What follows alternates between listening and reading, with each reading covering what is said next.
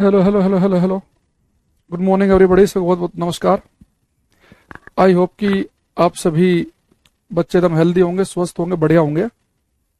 और हमारे पास कुछ कमेंट आ गए हैं। गजाला, रोहित, कोमल, नवनीत, नीतीश, रामपाल, धीरज, शिव, विक्रांत, सैनी, गणपति, सुरेंद्रा जी, कैलाश, राहुल।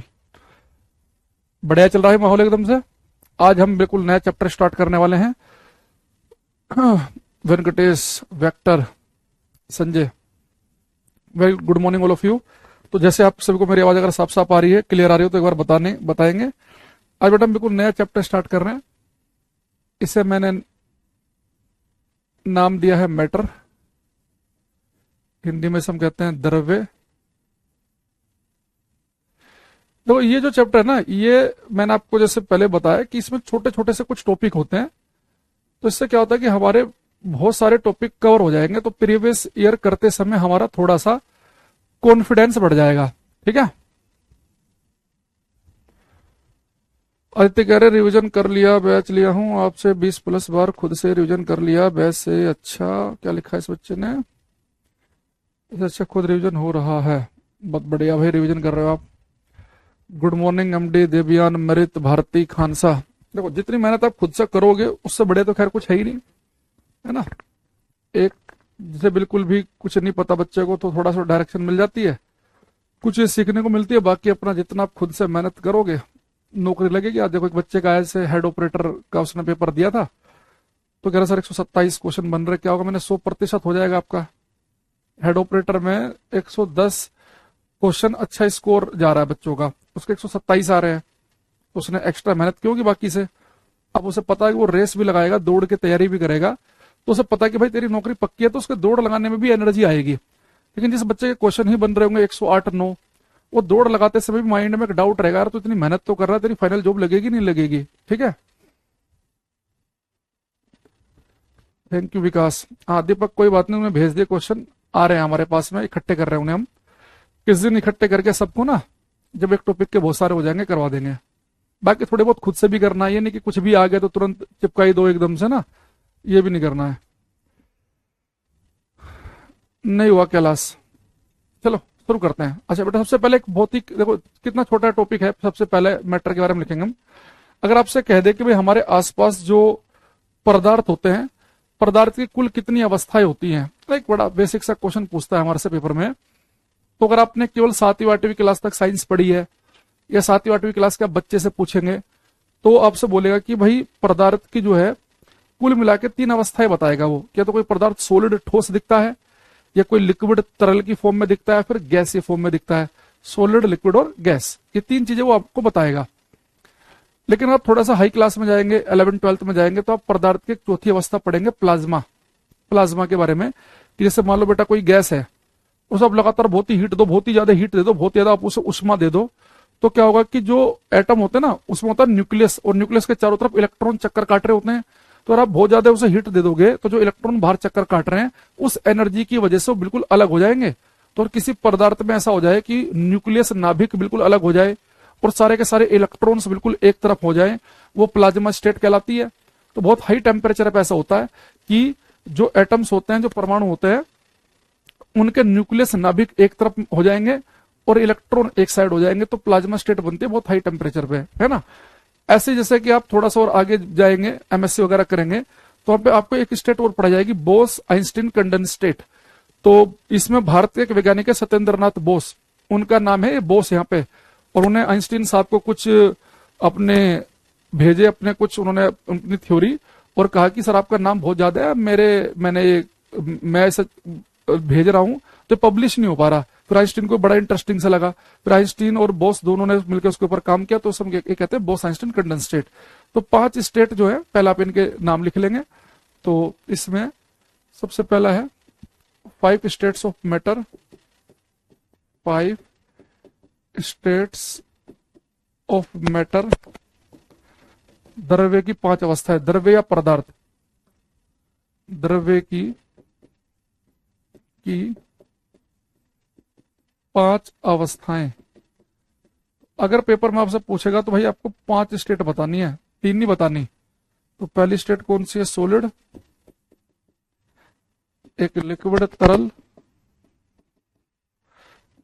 एक गैस ठोस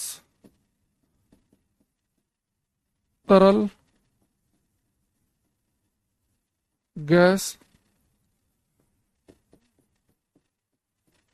प्लाज्मा और एक बोस-आइंस्टाइन कंडेंस स्टेट।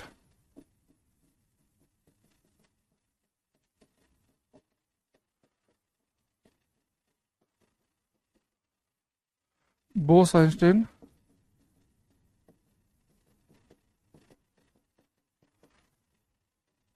संघनन लिख लो कुछ ऐसे ही।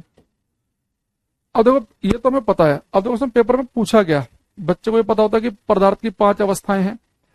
उसने पूछ लिया पेपर में कि जो बोस-आइंस्टाइन कंडेंस स्टेट है ये किस ईयर में प्रपोज की गई, किस ईयर में दी गई। इसका सन पूछ लिया पेपर के अंदर, क्योंकि इन सब में सबसे लेटेस्ट जो है वो यही है।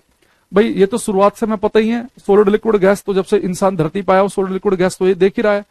फिर बहुत दिनों के बाद एक प्लाज्मा स्टेट के बारे में किसी ने प्रपोज किया है, प्लाज्मा नाम किसी और ने रखा, तो इसकी बहुत लंबी चौड़ी हिस्ट्री है, इसके बारे में पूछता नहीं है पेपर में। तो एक आपको ध्यान रखना है कि जो बोस-आइंस्टाइन कंडेंस स्टेट है इसके बारे में बताया गया 1924 में, 1924। तो इसका ईयर याद रख लेंगे। जैसे इलेक्ट्रॉन, प्रोटॉन, न्यूट्रॉन की अब जब खोज पढ़ेंगे आप केमिस्ट्री में, तो न्यूट्रॉन की खोज तीनों में बड़ी इंपॉर्टेंट है कि लेटेस्ट जो खोज हुई है ना वो न्यूट्रॉन की हुई है, शायद 1932 में की है जेम्स चैडविक ने न्यूट्रॉन की खोज। तो जैसे इलेक्ट्रॉन, प्रोटॉन, न्यूट्रॉन में न्यूट्रॉन की खोज बड़ी ज्यादा पूछता है पेपर में, ऐसे बोस-आइंस्टाइन कंडेंस स्टेट का ईयर पूछ लेता है। ठीक है। अच्छा दूसरी चीज यहां पे लिखा है लिक्विड और गैस। भाई अरविंद ये कौन बच्चा है? ये हुट्टन, इसे बच्चे को ब्लॉक करो, इसे तो दूर से 12 मैसेज ना आए क्लास में। देखो अब हमारे पास में बेटा ये जो है, ये जो अब ये जो लिक्विड और गैस है, इन से बेटा इन हम कंबाइंड नाम, इसके कंबाइंड नाम हम बोलते हैं फ्लूइड, द्रव। अच्छा फ्लूइड का मतलब क्या होता है? विच कैन फ्लो, जो फ्लो कर सके। अगर कोई चीज फ्लो कर सकते हो उसे हम फ्लूइड कहते हैं। जब मैं इस क्लास में फ्लूइड का जिक्र करूंगा इसका मतलब है कि फ्लूइड में लिक्विड की भी बात हो सकती है, गैस की भी। तो फ्लूइड की कैटेगरी में दोनों चीज आती हैं। भाई आपको देखो पानी जो है फ्लो करता है, बहता है, गैस से भी बहती है, फ्लो करती है। तो जो फ्लूइड होते हैं, फ्लूइड का मतलब होता है which can flow, which can flow, जो बह सके, उसे बेटा हम कहते हैं फ्लूइड। बहुत सारे बच्चे जो होते हैं ना वो इस लिक्विड का हिंदी द्रव समझ लेते हैं। लिक्विड का हिंदी तरल होता है एक्चुअल में, और गैस तो गैस है ही, तो तरल और गैस। तो जब मैं एक्चुअल में हिंदी में द्रव शब्द लिखते हैं ना वो, तो जो भी नियम आप द्रवों के लिए लगाते हो वो तरल के लिए भी लग सकता है, गैस के भी लग सकता है। तो और मैं कह रहा हूं कि ये नियम जो है किसी फ्लूइड पे काम करेगा। तो फ्लूइड का मतलब काम करने का मतलब है चाहे आप इसे पानी पे लगाओ चाहे इसे किसी गैस पे लगाओ, दोनों जगह ये एप्लीकेबल है, इसका ये मतलब होता है। ठीक। तो इस क्लास में आगे चल के इस चैप्टर में अगले 2-3 दिन इस फ्लूइड शब्द का बहुत जगह यूज होने वाला है। तो मैं फिर आपसे बार बार नहीं कहूंगा कि भाई फ्लूइड के लिए यूज हो रहा है तो आप इसे लिक्विड पे भी लगा सकते हो और गैस पे भी लगा सकते हैं। ठीक है। अच्छा दूसरी चीज, अब आगे आते हैं हम। सजल भाई पढ़ाई करो, है ना, पढ़ाई पे ध्यान दोगे बढ़िया रहेगा, है ना। इन चीजों में मत पढ़ो ज्यादा, तो कोई मतलब नहीं है। अब सबसे पहले इस क्लास में यहां पर बेटा एक टॉपिक में पढ़ाता हूं बच्चों को। सबसे पहले इसके अंदर पढ़ने वाले हैं आर्किमिडीज प्रिंसिपल, आर्किमिडीज का सिद्धांत, आर्किमिडीज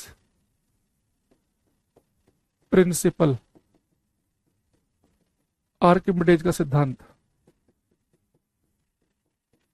आर्किमिडीज। ये बेटा रेलवे के सीबीटी 1 के लिए इंपोर्टेंट है, और सीबीटी 1 में आर्किमिडीज से आ भी रखे हैं क्वेश्चन। आर्किमिडीज का सिद्धांत, ठीक है, आर्किमिडीज प्रिंसिपल, आर्किमिडीज का सिद्धांत, ठीक है। अच्छा अब मैं बड़े ध्यान समझना, देखो आर्किमिडीज साहब ने क्या बताया कि बेटा हमारे पास एक कंटेनर ले रहा हूं मैं, इसके अंदर आप कोई फ्लूइड भर लो। तो मैंने आपसे बताई है जब मैं फ्लूइड का जिक्र कर रहा हूं तो इसका मतलब है जब फ्लूइड की बात हो रही है तो आप कोई लिक्विड भी भर सकते हैं, आपका मन करे, और आप कोई गैस भी ले सकते हैं, कोई फर्क नहीं पड़ेगा। ठीक है। हालांकि हम क्लास में बार बार जब मैं जिक्र करूंगा तो मैं फ्लूइड के तौर पे पानी ले लूंगा, है ना, पानी को आप ज्यादा इजिली रिलेट कर पाओगे। तो मान लो कि यहाँ पे पानी भरा हुआ है,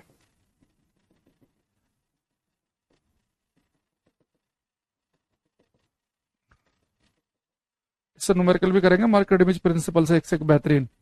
ठीक है। अच्छा, अब यहां देखना एक बात समझना। अच्छा, एक बड़ी फेमस सी कहानी है आर्किमिडीज के बारे में, आप लोगों ने सुनी भी होगी। ये जो आर्किमिडीज साहब थे, ग्रीस यूनान के एक राजा के दरबार में थे, दार्शनिक थे। पहले दार्शनिक लोग होते थे, जो कुछ फिलोसफी होती थी। साइंटिस्ट शब्द तो, वैज्ञानिक शब्द तो खैर बाद में आया। तो इनके राजा साहब ने कहा कि भाई मैंने एक सोने का मुकुट बनवाया है और मुझे इसकी प्योरिटी का पता करना है कि जो सुनार ने बनाया है, ज्वेलर्स ने, ये मुझे ऐसा लग रहा है कि इसने अच्छा गोल्ड यूज नहीं किया है, इसके अंदर काफी मिलावटी सोना लग रहा है मुझे ये। तो उसके बारे में कैसे पता करें? तो उस जमाने में कोई ऐसी टेक्नोलॉजी तो थी नहीं कि भाई पता चल जाए, है ना। जैसे आजकल तो अगर आप बहुत बड़ी ज्वेलरी की शॉप पे जाओ ना, जैसे मालाबार हो गया, तनिष्क हो गया, है ना, कल्याण जी हो गया, इनके पास मशीनें होती हैं। ये उस मशीन के अंदर ही क्या करते हैं, आपके गोल्ड को रखेंगे, उसका पूरा एक्सरे होगा और वहां पे ना ऊपर कंप्यूटर पे ही लिखा हुआ जाता है ऊपर कि ये इतने कैरेट का गोल्ड है, इसके अंदर इतना कॉपर मिला हुआ है, इतना इसके अंदर ये चीज मिली हुई है, उसके अंदर ये चीज मिली हुई है, सारी चीजें आ जाती है उसी में ही, केवल मशीन में रख देने से फिर वो आ जाएगा। हालांकि वो लगभग सही सा होता है। फिर वो क्या करते हैं, फिर आपके उस गोल्ड की चीज को फिर वो मेल्ट करवा देते हैं। फिर उनके अंदर एक वो बंदा बैठा होता है उनके शॉप में, वो सारे गोल्ड को मेल्ट कर देगा। फिर मेल्ट करने का जो छोटी मोटी वैसे कुछ और इम्प्योरिटी होंगी वैसे जल जाएंगी वो। फिर क्या करेगा, फिर उस गोल्ड को दोबारा लेके आएंगे, फिर उसका एक्सरे करेंगे, बिल्कुल एग्जैक्ट बता देंगे क्या है। लेकिन तब तो भाई टेक्नोलॉजी थी नहीं कोई ऐसी। तो अब आर्किमिडीज साहब परेशान हो गया, कैसे बताया जाए। और पूरा दिन टेंशन में, तो शाम को भी सोच रहे हैं यार कैसे कर सकते हैं, कैसे कर सकते हैं मेटल के बारे में। तो अब उन्हें पूरे गर्मी लगने लगी, पसीना आ गया, तो उन्होंने सोचा चलो नहाते हैं। तो उनके बाथरूम में एक बाथ टब था जिसके अंदर पूरा पानी भरा हुआ था। तो जैसे उन्होंने बाथ टब में छलांग मारी तो बहुत सारा पानी निकल के बाहर आया, बहुत सारा पानी निकल के बाहर आया। अब उन्होंने कहा, उनके दिमाग में तुरंत एक चीज क्लिक की और तुरंत कहते हैं रात को बिना कपड़ों के ही रात को भाग के राजा के दरबार में चले गए। कह रहे जी आइडिया आ गया, आइडिया आ गया, अपनी लैंग्वेज में बोला उन्होंने। तो उन्होंने कहा भाई इतनी रात को आने की क्या जरूरत थी, सुबह बता देते। कह रहे जी आइडिया ही इतना क्लासिक है। अब उन्होंने वो क्या बोला कि जैसे मेरे पास में, हमारे पास एक पूरा बाथ टब है, उसके अंदर पूरा पानी भरा हुआ है, एक बाल्टी में पूरा पानी भर लो ऊपर तक। अब आप क्या करो, अब उसके अंदर आपने क्या किया, एक पत्थर लो और पत्थर डाल दो। तो भाई वो पत्थर अपने लिए जगह बनाएगा ना, वो पत्थर अपने लिए जगह बनाएगा तो कुछ पानी को डिस्प्लेस करेगा, कुछ पानी को हटाएगा। तो आप उस पानी का वेट कर लो, फिर आप क्या करो, उसे दोबारा से फिर से भर लो, है ना, ऊपर तक बाल्टी से। अब मान लो, उसने कहा कि सर जैसे मान लो हमारे पास 1 किलो सोना है, जिसके बारे में पहले से जानकारी है कि भाई 1 किलो प्योर गोल्ड है ये, हमने 1 किलो प्योर गोल्ड डाल दिया पानी के अंदर, तो वो कुछ पानी को हटाएगा, उस पानी को हमने इकट्ठा करके साइड में रख लिया।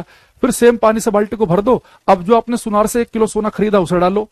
अब वो जब हटेगा फिर उस पानी को तोल लो, अगर दोनों बार वैल्यू सेम आई, यानी जितना पानी हमारे वाले प्योर गोल्ड ने हटाया उतना ही अगर पानी उसके भी गोल्ड हटा रहा है, यानी कि सही है। अगर कम ज्यादा मामला हो रहा तो गड़बड़ मामला है। तो इससे एक बार पेपर में क्वेश्चन भी आ गया कि मेटल की प्योरिटी का पता लगाने के लिए हम किसका यूज कर सकते हैं। तो प्योरिटी ऑफ मेटल का पता लगाने के, धातु की शुद्धता का पता लगाने के लिए हम आर्किमिडीज प्रिंसिपल का यूज कर सकते हैं, धातुओं की शुद्धता का पता लगाने के लिए। धातुओं की शुद्धता ज्ञात करने के लिए आर्किमिडीज प्रिंसिपल यूज कर सकते हैं। ठीक है। अब आते हैं यहां पर। अब देखो आर्किमिडीज साहब ने फिर बहुत सारा काम किया इस क्षेत्र में। अब उन्होंने हमें क्या क्या बताया, अब उस पर आते हैं हम। आर्किमिडीज साहब ने हमें बताया क्या क्या, है ना। अब उस पर अब जैसे मान लो कि मेरे पास में ये कंटेनर में एक पानी है और मैं इसके अंदर एक ऑब्जेक्ट डाल रहा हूं। ये मेरे पास एक ऑब्जेक्ट है,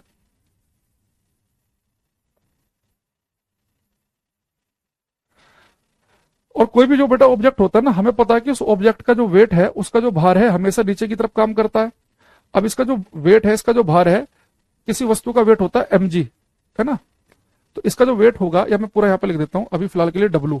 तो किसी वस्तु का जो भार है वो हमेशा mg नीचे की तरफ काम करेगा। अब इसे मैं यहां पे भी मैं खड़ा हूं, तो धरती मुझे एक फोर्स से, एक बल से अपने केंद्र की तरफ, अपने सेंटर की तरफ खींच रही है। तो जो धरती जितनी ताकत से हमें अपने केंद्र की तरफ खींचती है ना, वो हमारा वेट, हमारा भार होता है। तो अभी बेटा हमारे पास एक ऑब्जेक्ट है, अब इसका वेट हमेशा नीचे की तरफ काम करता है। किसी भी चीज का जो वेट होगा ना, वर्टिकली ऊर्ध्वाधर नीचे की तरफ काम करेगा, क्योंकि धरती हर एक चीज को अपनी तरफ को खींचती है। लेकिन जैसे आप इस ऑब्जेक्ट को यहां पे डालोगे, इस फ्लूइड में डालोगे, इस पानी में या गैस में डालोगे, तो ये फ्लूइड बुरा मान जाएगा। ठीक है भाई साहब, क्यों आ रहे हो मेरे अंदर, मूड खराब होगा उसका। अब ये पानी मूड खराब हो गया तो कर क्या सकता है, जैसे इसके अंदर पानी के अंदर कोई पत्थर जाता है ना, तो पानी बुरा मानता है, उसको धक्का मारता है, बाहर निकल, अंदर आ रहा है, यहाँ पे डिस्टर्ब मत करो। तो जो कोई भी फ्लूइड जो है, जो ऊपर की तरफ को जो फोर्स लगाता है मूड खराब होने की वजह से, उसे बेटा हम कहते हैं बियॉन्ड फोर्स, उसे हम कहते हैं उत्प्लावन बल। तो उत्प्लावन बल किसी फ्लूइड के द्वारा लगाया जाता है। तो फ्लूइड का मतलब यानी कोई लिक्विड भी हो सकता है, कोई गैस भी हो सकती है। जब किसी लिक्विड या गैस में कोई वस्तु होती है तो उस पर ऊपर की तरफ को एक फोर्स लगता है, उसे हम कहते हैं बियॉन्ड फोर्स, इसे हम कहते हैं अपथ्रस्ट। तो हिंदी में हम कहते हैं उत्प्लावन बल, उत्प्लावन बल। यानी जब भी कोई वस्तु किसी फ्लूइड में होगी तो भाई उसका जो वेट है वो तो नीचे की तरफ काम करेगा ही करेगा। वेट क्या होता है, वो फोर्स जो धरती लगा रही है, तो वेट वो फोर्स धरती ने हमारी तरफ को लगाया, और एक ऊपर की तरफ को लगेगा बियॉन्ड फोर्स, उत्प्लावन बल लगेगा। अब यहां से बड़े ध्यान से एक बात को समझना, अगर मैं आप सबसे कहूं कि भाई मेरे पास में कि बेटा ऑब्जेक्ट है, ये है ना, और इस ऑब्जेक्ट पे मैंने इस तरफ को 20 न्यूटन का फोर्स लगाया और इसके अपोजिट डायरेक्शन में लगाया 6 न्यूटन का फोर्स, तो इस पर नेट फोर्स कुल बल कितना बचेगा। आप कहोगे सर 20 न्यूटन का बल इधर को लगा रहे हैं, 6 का इधर को लगा रहे हैं, तो 20 में से 6 गया तो कितना बचा, 14 न्यूटन बचा। किधर को, जिधर को बड़ा फोर्स होगा, यानी कि नेट फोर्स बचेगा 14 न्यूटन, यानी कि इधर को। ऐसे अगर मान लो कोई एक वस्तु है, उस पर 20 न्यूटन का बल इधर लग रहा है और 6 न्यूटन का भी इधर को ही लग रहा है, तो नेट फोर्स कितना होगा, 26 न्यूटन होगा, टोटल 26 बनेगा। और अपोजिट में होगा तो भाई नेट फोर्स घट के आएगा। अब एक समझो, अगर यहाँ पे फ्लूइड ना होता, ये कोई लिक्विड गैस ना होता, तो इस वस्तु का वेट बेटा नीचे की तरफ को काम कर रहा है। तो मान लो इस वस्तु का जो टोटल वेट था, मान लो कि वो था 200 न्यूटन, कुल इसका भार जो था, वेट को नापते हम न्यूटन में, तो टोटल वेट कितना था इसका, 200 न्यूटन।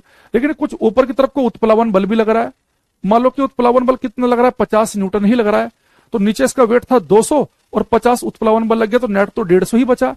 यानी जैसे ही कोई वस्तु किसी लिक्विड में, किसी गैस में जाएगी तो उसके वेट में कमी आती है, वस्तु हल्की क्यों हो जाती है। आप कभी घर पर ट्राई करना है, वैसे भी आपने ट्राई किया होगा, कि जैसे आप अपने हाथ में एक पत्थर लेना, इस पत्थर को अपने हाथ में लिया, आप ऐसे पकड़ के देखना, आपको बहुत ही वजन सा लगेगा।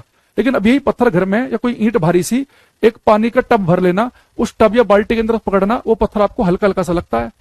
तो एक्चुअल में होता क्या है कि जो पत्थर था, वो पत्थर अपने वेट, अपने वजन की वजह से नीचे गिर रहा था, लेकिन आपको अपनी मस्कुलर ताकत से उसे होल्ड करके रखना पड़ रहा था। धरती उसे नीचे खींच रही थी, आप करें नहीं ऊपर की तरफ ही रहे, तो आपके हाथों बहुत जोर पड़ रहा था। लेकिन जैसे आप उसी पत्थर को पानी में पकड़ेंगे तो पानी भी एक ऊपर को फोर्स लगाएगा, यानी कोई आपकी हेल्प करने के लिए आ गया, तो इसलिए आपको हल्का हल्का लगने लगता है। तो जब भी कोई वस्तु किसी फ्लूइड में जाएगी, जब भी कोई वस्तु किसी द्रव में उतरेगी, द्रव का मतलब है किसी तरल या गैस में उतरेगी, तो हमें हल्की हल्की क्यों लगने लगती है, उसके भार में कमी क्यों आ जाती है, उसके भार में कमी आ जाती है बियॉन्ड फोर्स, उत्प्लावन बल की वजह से।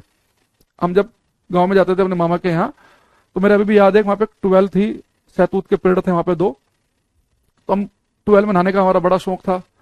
हम तो शहर में रहते थे, गांव में जाते थे, बड़ा बढ़िया लगता था 12 पे नहाना। तो वहां पे आसपास पत्थर पड़े रहते थे, कई बार हम ऐसे बच्चे आपस में कहते थे चलो भाई आज जिम करते हैं, हम ऐसे पत्थर उठा उठा के ऐसे करते थे, और वही पत्थर जो फिर हम जब 12 में जब नहाने के लिए उतरते थे वहां पकड़ते थे, बड़ा हल्का हल्का लगता था। तो उससे हमारा दिमाग नहीं काम करता था, हम सोचते थे वहां बस ऐसे ही महसूस हो रहा होगा, हमने कभी सोचा ही नहीं। जब बाद में स्कूल में पढ़ाया टीचर ने, तब हमें पता चला कि पत्थर जो हमें 12 में नहाते समय हल्का लगता था, उसकी वजह ये थी कि हम उस पत्थर को पानी के अंदर पकड़ रहे थे, और पानी क्या करता था, एक ऊपर की तरफ को उत्प्लावन बल लगाता था, तो हमारी हेल्प कर रहा होता था।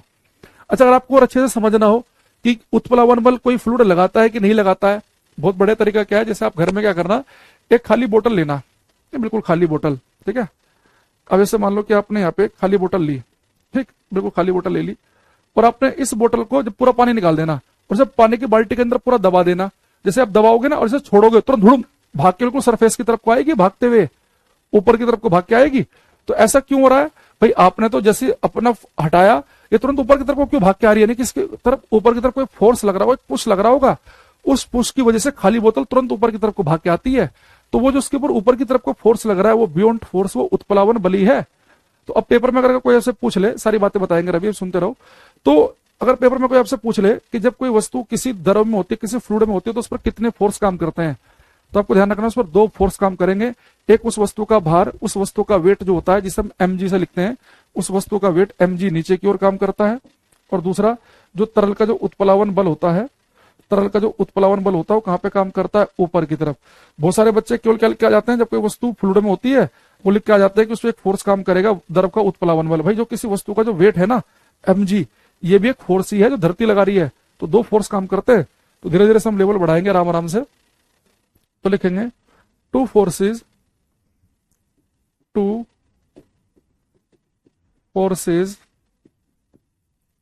act on a body, two forces act on a body if it is in fluid। जब कोई वस्तु किसी द्रव में होती है, जब कोई वस्तु किसी द्रव में होती है तो उस पर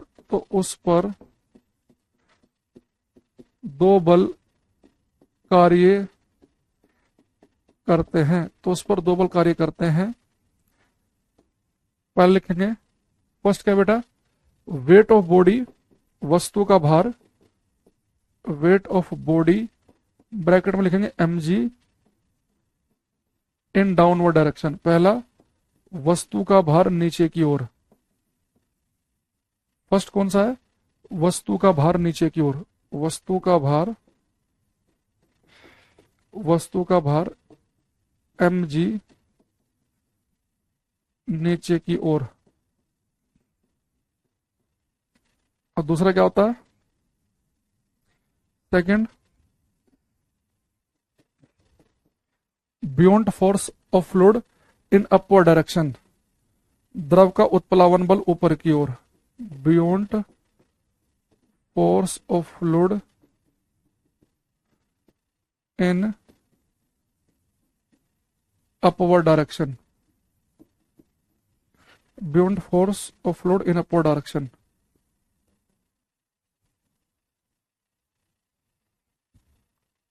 द्रव का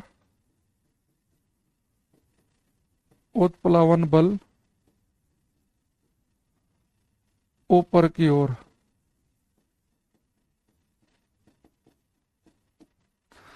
द्रव का उत्प्लावन बल ऊपर की ओर। तो दो फोर्स काम करेंगे, एक वस्तु का भार mg नीचे की ओर, दूसरा द्रव का उत्प्लावन बल ऊपर की ओर। ठीक, दूसरी चीज एक बात और यहां पर ध्यान रखना, अगर आपसे कोई कह दे कि जब कोई वस्तु किसी फ्लूइड में किसी द्रव में उतरेगी तो उसके भार में कमी आएगी, तो किसी वस्तु के भार में कमी आती किसके बराबर है, तो आप कहेंगे भाई किसी वस्तु का वेट तो mg नीचे की तरफ काम कर रहा है, जब कोई वस्तु किसी फ्लूइड में जाएगी तो उत्प्लावन बल ऊपर की तरफ को लगेगा, तो जितना भी उत्प्लावन बल ऊपर की तरफ को लग रहा है उतना ही तो वस्तु के भार में कमी आएगी। तो जैसे मैंने आपको बताया कि भाई मान लो ये अभी कहां गया, ये गायब हो गया ये, हाँ तो बेटा देखो एक फोर्स इधर को लग रहा था 20 न्यूटन का, एक इधर को लगा था 6 न्यूटन का, तो नेट फोर्स कितना बच गया 14 न्यूटन।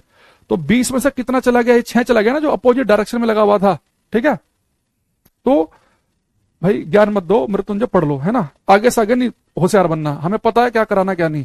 तो वस्तु का भार mg लग रहा है नीचे की तरफ, उत्प्लावन बल लग रहा है ऊपर की तरफ। तो जब कोई वस्तु किसी द्रव में होती है, जब कोई वस्तु किसी फ्लूइड में होती है तो उसके भार में कितनी कमी आ रही है, जितना उसके ऊपर ही उत्प्लावन बल लग रहा है। अगर उत्प्लावन बल लग ही ना रहा होता तो वस्तु का जो एक्चुअल वेट था वही फील करती वो, तो उत्प्लावन बल लगने की वजह से भार में कमी आ रही है। तो अब एक चीज लिखेंगे लॉस इन वेट, वस्तु के भार में कितनी कमी आती है उसे लिखेंगे हम लॉस इन वेट। तो बेटा किसी वस्तु के भार में जो कमी आती है वो आती है उत्प्लावन बल के बराबर, बियॉन्ड फोर्स के बराबर। तो भार में कमी है उत्प्लावन बल के बराबर, भार में कमी जो होती है उत्प्लावन बल के बराबर।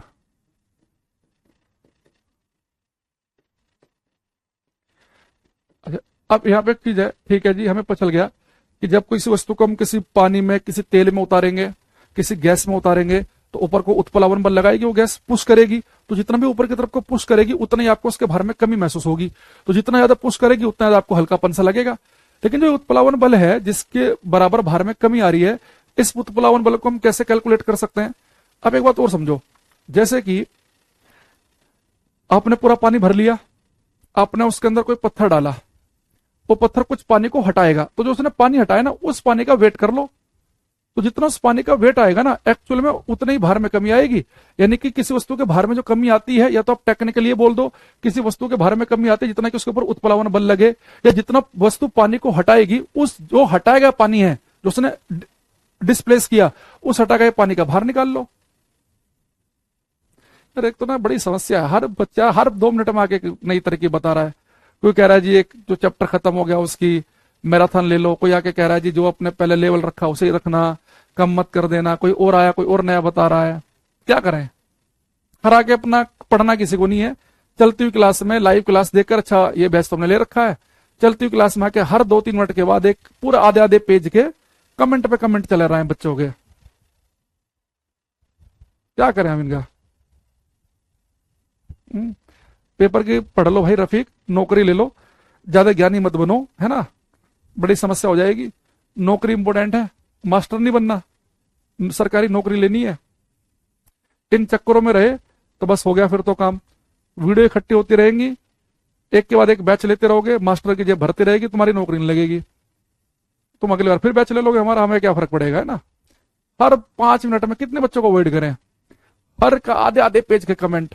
कई बार लगता है कि हो सकता है कुछ इंपॉर्टेंट बात तो नहीं है, फिर देखो उसमें वही ऐसे कर दो वैसे कर दो ये कर दो, सब अपना नए नए आके बताए जा रहे हैं। अच्छी खासी कोई चीज चल रही है, उन्हें फर्क ही नहीं पड़ रहा कि कोई टीचर लगातार बोल रहा है, कोई कॉन्सेप्ट चल रहा है, रुक जाए, नहीं, हमें पहले अपना ज्ञान देते हैं। मास्टर जी ज्ञान तो हम रोज ले रहे हैं, हम भी तो दें। तो बेटा किसी वस्तु के भार में कमी जो मैंने बताई, टेक्निकली आप ये कह सकते हैं किसी वस्तु के भार में कमी आती है, जितना कि वस्तु ऊपर की तरफ को उत्प्लावन बल लगाती है उतना उस वस्तु के भार में कमी आएगी।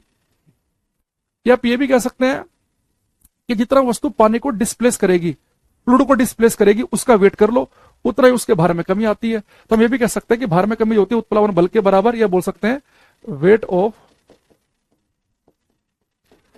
Displaced fluid. डिस्प्लेस्ड फ्लूइड, हटाए गए द्रव का भार, हटाए गए द्रव का भार। तो पेपर में क्वेश्चन अगर आप प्रीवियस ईयर जब देखेंगे, आपको 2 तरीके से क्वेश्चन देखने को मिलेगा। एक ऐसा मिल सकता है कि जब कोई वस्तु किसी द्रव में जाती है तो उसके अंदर हल्कापन आ जाता है, उसके भार में कमी आ जाती है। ये भार में कमी किसके बराबर होती है, तो आपको लिखा मिलेगा कि जितना वस्तु के ऊपर उत्प्लावन बल लग रहा होगा उतना उसके भार में कमी आएगी। या कई बार आपको ऐसा ऑप्शन भी लिखा मिल सकता है कि जितना वस्तु के द्वारा द्रव को हटाया जाएगा, जितना उसने पानी को डिस्प्लेस किया, उसका वेट कर लो, यानी उसके भार में उतनी ही कमी आएगी। ठीक है, अच्छा अब यहां से मैं क्वेश्चन पूछना चाह रहा हूं, देखता हूं तुमने कितना ध्यान से सुना है, खाली तुम्हारा कमेंटबाजी में ध्यान है।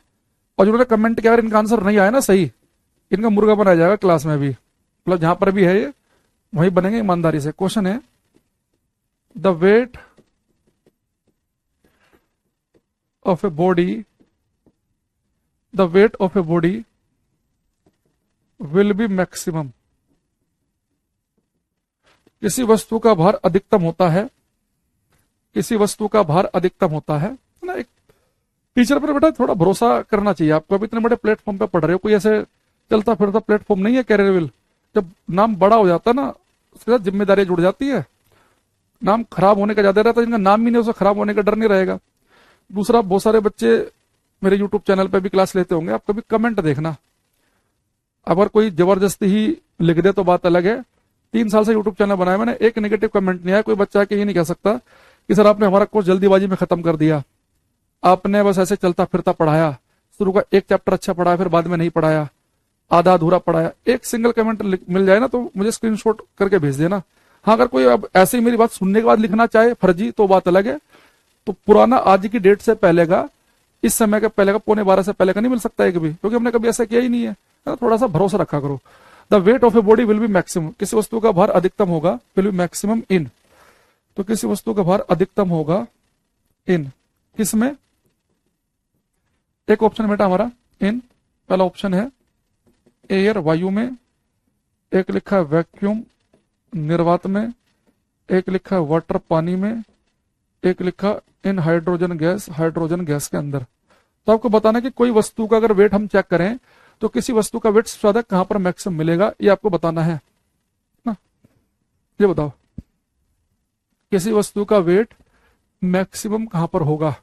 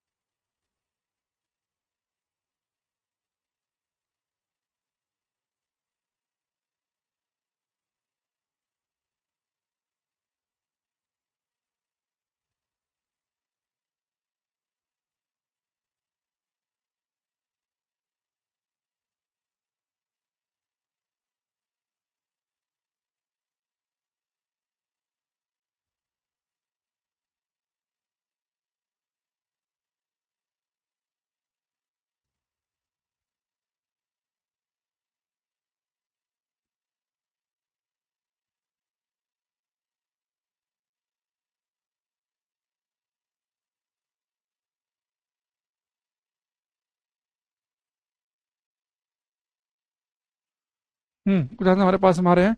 सुमित, मृत, रोहित, ये बहुत सारे बच्चों हो गया। जितने बच्चों ने लिखा वैक्यूम निर्वात, उन सबका सही है, बाकी गलत है। एक से देखो भाई, मान लो एक बेटा एक वस्तु है ये, है ना, और किसी वस्तु का वेट क्या होता है? mg, नीचे की तरफ काम करता है। अगर आपने किसी वस्तु को पानी में रखा तो पानी भाई एक लिक्विड है, तरल है, ऊपर की तरफ को बियॉन्ड फोर्स लगाएगा, जितना बियॉन्ड फोर्स लगेगा उतना भार में कमी आ जाएगी।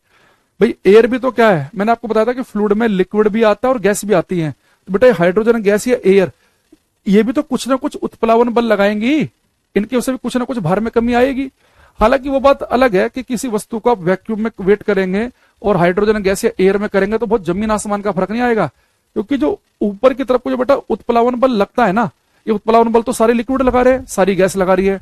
पर जो लिक्विड या गैस ज्यादा डेंस होंगे, जिनका घनत्व ज्यादा होगा, जिनकी डेंसिटी ज्यादा होगी, जिनके अंदर भारीपन ज्यादा होगा, वो ज्यादा मात्रा में उत्प्लावन बल लगाएंगे। अब एयर तो उतनी डेंस नहीं है, तो किसी वस्तु का आप वैक्यूम में चेक करेंगे, एयर में करेंगे, आएगा ना के बराबर ही फर्क। लेकिन हमें पता है कि जब भी कोई वस्तु किसी फ्लूइड में होती है, तो मान लो इस कंटेनर के अंदर गैस ही भरी हुई है, तो किसी वस्तु का वेट mg नीचे की तरफ काम करेगा तो गैस कुछ ना कुछ तो उत्प्लावन बल लगाएगी, तो हल्का फुल्का कुछ तो भार में कमी करेगी। लेकिन ये कंटेनर बिल्कुल ही खाली हो, इसके अंदर कोई गैस लिक्विड कुछ है ही नहीं, तो कोई उत्प्लावन बल ऊपर को लगेगा ही नहीं, ये ऊपर की तरफ काम ही नहीं करेगा, केवल वस्तु का वेट काम करेगा। तो केवल किसी वस्तु का वेट काम करेगा। तो अगर किसी वस्तु का केवल वेट काम करे, यानी सबसे ज्यादा वेट उसका कहां पर होगा? किसी वस्तु का वेट सबसे ज्यादा होता है वैक्यूम निर्वात में। अच्छा, बहुत सारे बच्चे गलती क्या करते हैं, वो वैक्यूम शब्द को सुनते ही उनके तुरंत कान खड़े हो जाते हैं, है ना। उन्हें क्या लगता है, वैक्यूम सुनते ही वो तुरंत पहुंच जाते हैं अंतरिक्ष में। उन्हें क्या लगता है कि भैया वैक्यूम तो अंतरिक्ष में होता है, अंतरिक्ष में तो ग्रेविटी है ही नहीं, तो जहां ग्रेविटी नहीं तो भार महसूस ही नहीं होगा। भैया वैक्यूम का मतलब ये नहीं कि सीधे अंतरिक्ष में ही पहुंच जाओ।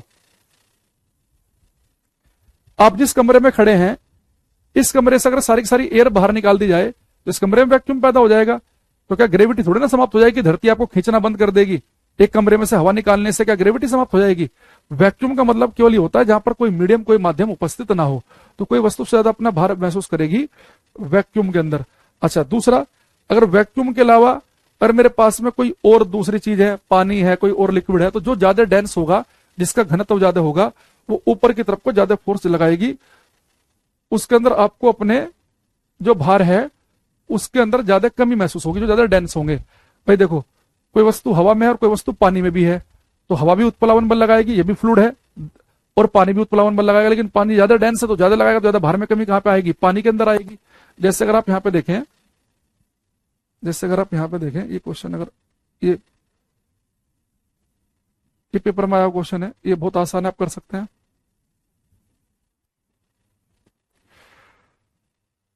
हाँ, वैक्यूम छोटे मोटे लेवल पे आप ऐसे क्रिएट कर सकते हो। कहीं पे ना आग, जैसे कमरा बंद करके आग जला दो, उसके अंदर धीरे धीरे सारी एयर वगैरह बर्न होने लगेगी, तो थोड़ा सा वैक्यूम, परफेक्ट वैक्यूम तो नहीं क्रिएट कर पाओगे, पर गैसें जब जलने लगेंगी तो वैक्यूम वाला माहौल बन जाएगा।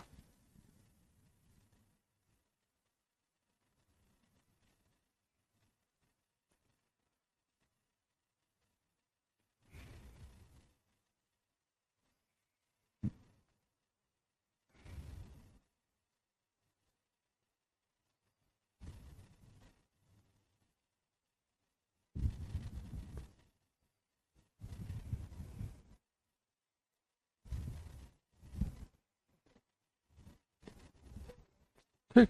अब देखो इसने लिखा, if some object is weight when submerged in water what will happen to its weight compare to its weight in air. यदि किसी वस्तु को पानी में डूबे रहने पर तोला जाता है तो हवा में उसके भार की तुलना में उसके भार का क्या होगा। भाई किसी वस्तु को आपने पानी में तोला तो कह रहे हवा की तुलना में क्या होगा। भाई हवा भी उत्प्लावन बल लगाती होगी और पानी भी, लेकिन पानी ज्यादा डेंस है, इसका घनत्व ज्यादा है, तो पानी ज्यादा मात्रा में उत्प्लावन बल ऊपर को लगाएगा तो ज्यादा भार में कमी आएगी, पानी में किसका जो वेट होगा वहां पर डिक्रीज हो जाएगा। तो किसी वस्तु को जब हवा के मुकाबले अगर आप पानी में तोलोगे तो आपको उसके भार में ज्यादा कमी दिखाई देगी। ऐसे अगर मैं पानी की जगह ले आऊं मरकरी, पारा, तो पारा तो और भी ज्यादा डेंस है, उसका घनत्व तो और ज्यादा है, वो ऊपर को और ज्यादा उत्प्लावन बल लगाएगा। ठीक है। अच्छा, दूसरी चीज एक बात बेटा आपको और ध्यान रखनी है,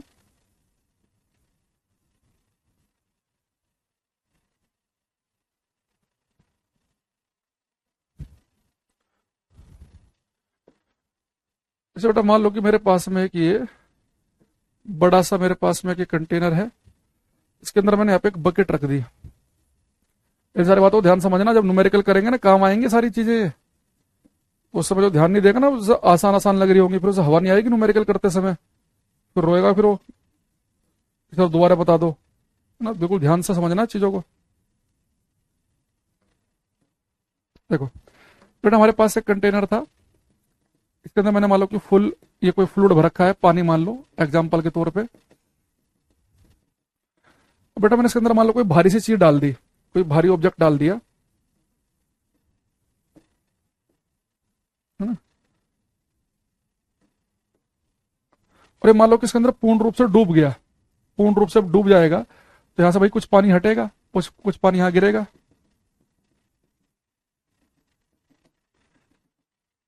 तो बहुत बड़े तरीके से आप आर्किमिडीज प्रिंसिपल को एक जगह यूज कर सकते हो। जैसे आपसे कोई वॉल्यूम पूछे, आयतन, कि आपको किसी बॉडी का वॉल्यूम निकालना है, अगर कोई बिल्कुल परफेक्ट सिमेट्रिक बॉडी है तो उसके वॉल्यूम आप निकाल लेते हैं ना। जैसे मान लो कि भाई हमारे पास में ये सिलेंडर है बेलन, आप मैथ में मेंसुरेशन में पढ़ते होंगे, तो बेलन जो होता है प्रिज्म की कैटेगरी में आता है। प्रिज्म समझ रहे हैं आप, जिसमें जैसे शक्ल नीचे हो अगर लगभग ऊपर तक बिल्कुल वैसी शेप हो तो हम प्रिज्म कहते हैं। जैसे कि सिलेंडर हो गया, तो जैसे है ना मेरे पास में नीचे बिल्कुल सर्कुलर है तो ऊपर तक बिल्कुल सर्कुलर ही है, तो ये प्रिज्म की कैटेगरी में आएगा। जैसे क्यूब हो गया, क्यूब घन, तो क्यूब में नीचे बिल्कुल स्क्वायर शेप दिखती है तो ऊपर तक स्क्वायर ही दिखता है।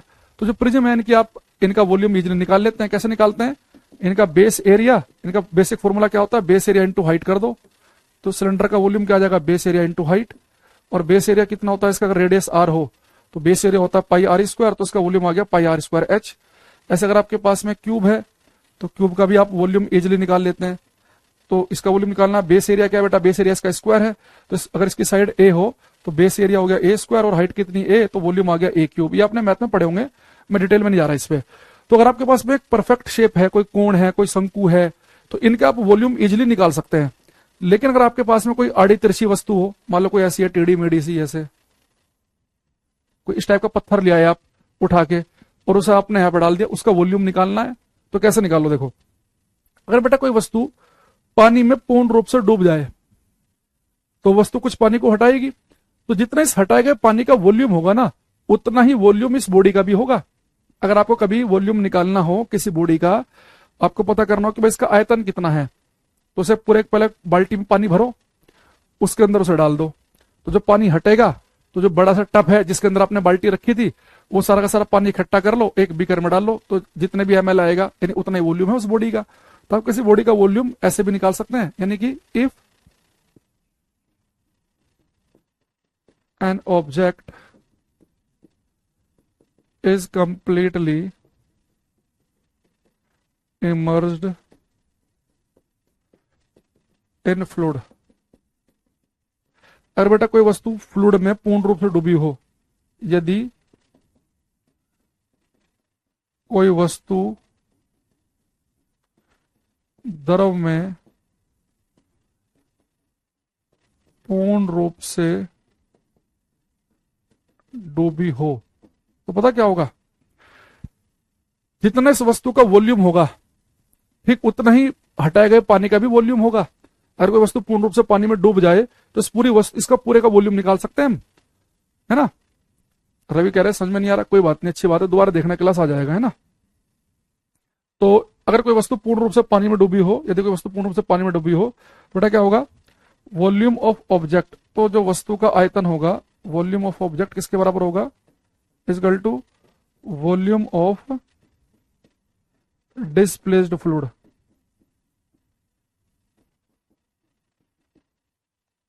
वस्तु का जो आयतन है, भाई वो जो आया नहीं ना, आपको मैथ में समझना हो कैसे निकालते हैं वॉल्यूम, है ना।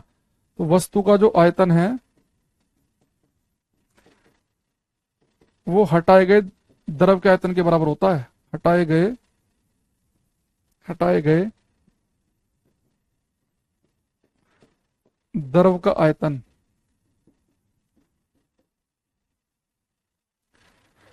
ये बेटा लाइन जो है इसे हम न्यूमेरिकल में यूज करेंगे। तो जैसे हम न्यूमेरिकल जब कर रहे होंगे तो वहां पे न्यूमेरिकल आएगा कि एक वस्तु पानी में पूर्ण रूप से डूब गई, तो आप समझ जाना कि वो वस्तु पानी में पूर्ण रूप से डूब गई, उस वस्तु का वो आयतन दे देगा। तो वस्तु पूर्ण रूप से अगर पानी में डूबी है तो जो उस वस्तु का आयतन है, यानी कि इसने जितना पानी हटाया होगा उस पानी का आयतन भी उतना ही होगा। मैंने आपसे क्या बोला, कि कोई वस्तु जो है, अगर आपके पास में कोई वस्तु बिल्कुल सिमेट्रिक है, जैसे आप मेंसुरेशन में पढ़ते हैं, सिलेंडर पढ़ते हैं ना, बेलन पढ़ते हैं, कोण शंकु पढ़ते हैं, आप घन पढ़ते हैं, वहां पे स्फीयर गोला पढ़ते हैं, तो जो बिल्कुल परफेक्ट सिमेट्रिक बॉडी होती है, जो आड़ी तिरछी नहीं है, बिल्कुल सिमेट्री है, जिनके अंदर समरूपता है, तो उनके आयतन के फॉर्मूले हमारे पास में है, उनके हम आयतन निकाल सकते हैं। लेकिन अगर मेरे पास कोई ऐसी बॉडी हो जो आड़ी तिरछी हो, एक तरफ को चोंच से निकल रही है, एक तरफ को फैली, एक तरफ को अंदर को दबसी रखी है, उसका अगर मुझे वॉल्यूम निकालना है तो मुझे क्या करना पड़ेगा, एक कंटेनर में पूरा पानी भरो और उसके अंदर वो आड़ी तिरछी वस्तु को डाल दो। जैसे वस्तु अंदर घुसेगी तो कुछ पानी को हटा देगी, तो जितना भी हटाए गए पानी का आयतन आएगा, जितना भी हटाए गए पानी का वॉल्यूम आएगा, वही वॉल्यूम उस वस्तु का भी होगा। तो यदि कोई वस्तु द्रव में पूर्ण रूप से डूबी हुई हो, तो मैंने कहा कि उस वस्तु का जो भी आयतन होगा उतना ही आयतन किसके बराबर होगा, उस वस्तु का आयतन हटाए गए द्रव के आयतन के बराबर। तो इस वाली लाइन को जब हम न्यूमेरिकल कर रहे होंगे, ये आपको और ज्यादा बढ़िया समझ में आएगी। अभी इस पॉइंट को मैंने न्यूमेरिकल पॉइंट ऑफ व्यू से आपको यहाँ पे एक्स्ट्रा लिखवा दिया। अच्छा, मान लो कोई वस्तु पूर्ण रूप से पानी में ना डूबी हो, आधी पानी में डूबी हुई हो, तो जो पानी हटाएगी वो उस पानी का आयतन फिर उस वस्तु के आयतन के आधे के बराबर होगा। भाई वस्तु पूर्ण रूप से पानी में डूबी है, तो जो पानी हटाया उस पानी का आयतन उस पूरी वस्तु के आयतन के बराबर। लेकिन वस्तु पानी में आधी ही डूबी है, अगर वो आधी डूबी होगी तो जो पानी हटाएगी उस पानी का आयतन उस पूरी वस्तु के आधे आयतन के बराबर होगा फिर। लेकिन हमें से जनरली क्वेश्चन ऐसे मिलेंगे जहां पर वस्तु पूर्ण रूप से पानी में डूबी होगी, है ना। मान लो कोई वस्तु पानी में केवल 30% ही डूबी है, तो जो पानी हटेगा उस पानी का आयतन उस वस्तु के पूरे आयतन के 30% के ही बराबर होगा। वो सिंपल सा लॉजिक है। भाई जब पूर्ण रूप से डूबी है तो जितना पानी हटाया उस पानी का आयतन पूरी वस्तु के आयतन के बराबर। ठीक है, तो ये इसकी हमें जरूरत पड़ेगी, खैर जब जरूरत पड़ेगी आप समझ जाओगे इसे। अब वापस आते हैं यहाँ पे। अभी मैंने एक छोटी सी बात बताई आपको कि जब कोई वस्तु किसी द्रव में है तो दो बल काम कर रहे हैं, एक नीचे की तरफ एक ऊपर की तरफ। अब यहाँ पर से थोड़ा सा हम और आगे बढ़ते हैं इसी के अंदर।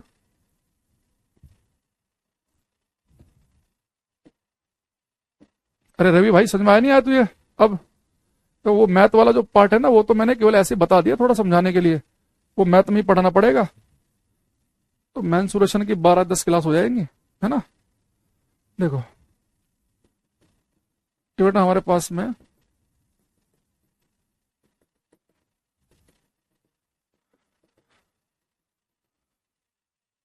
एक ये वस्तु है, एक ये ऑब्जेक्ट लिया मैंने, इसका वेट mg काम कर रहा नीचे की तरफ को और उत्प्लावन बल लग रहा ऊपर की तरफ। अच्छा, आपने कई बार एक चीज देखी होगी कि आप किसी चीज को पानी में डालो, है ना। अब किसी वस्तु को आपने पानी में डाला, सिर्फ भाई टाइम से आएगा उसके लिए क्लास में ना, चलती क्लास में चलते टॉपिक के बीच में नहीं, ठीक है।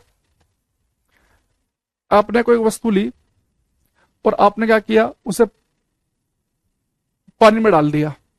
हम देखते हैं डे लाइफ में, पत्थर लो, इतना ही बड़ा पत्थर लो, पानी में तुरंत डूब जाता है वो। लेकिन बोतल लो, इसे पानी में दबा के भी रखते हैं तो भी ऊपर की तरफ को भाग आती है। तो कोई वस्तु कब डूबेगी कब तैरेगी उसे हमें समझना है। देखो, अगर भाई किसी वस्तु के ऊपर ये दो फोर्स काम कर रहे हैं, एक उसका वेट, उसका भार नीचे की ओर, एक उत्प्लावन बल ऊपर की ओर। तो अगर किसी वस्तु का बेटा जो भार है, उसका जो वेट है ये mg, अगर किसी वस्तु का जो वेट है mg, अगर ये उसके ऊपर लगने वाले उत्प्लावन बल से ज्यादा हो, यानी वस्तु का जो बेटा वेट है वो तो बहुत ज्यादा है, मान लो 500 न्यूटन है, और ऊपर को उत्प्लावन बल लगी केवल 100 न्यूटन का रहा है, तो नीचे 500 ऊपर 100, तो नेट फोर्स बचेगा 400 नीचे की तरफ। तो यानी कि ये वस्तु जो होगी ये नीचे आने लगेगी आने लगेगी आने लगेगी और तली पे जाकर टिक जाएगी, यानी कि डूब जाएगी, सिंक कर जाएगी। तो कौन सी वस्तुएं डूब जाती हैं?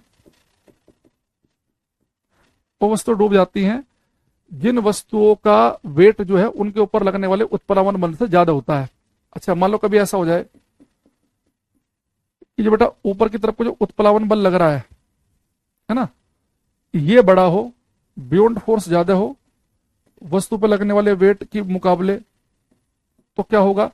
जैसे अगर आपने मान लो यहाँ पे आपने कोई खाली बोतल जो है, बिल्कुल खाली बोतल कोल्ड ड्रिंक की 1 लीटर की, उसे पानी के अंदर दबा के रखा, तब भी ऊपर की तरफ को क्यों आ जाती है? ऊपर की तरफ को भागते हुए क्यों आती है?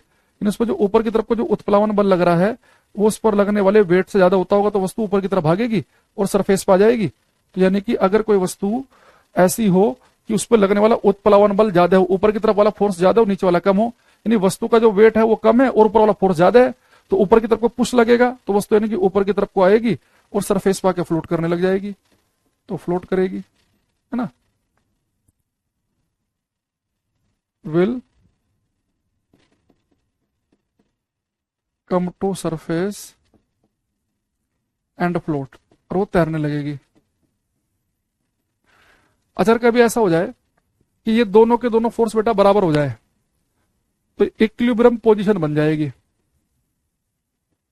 साम्य अवस्था, इक्विलिब्रियम।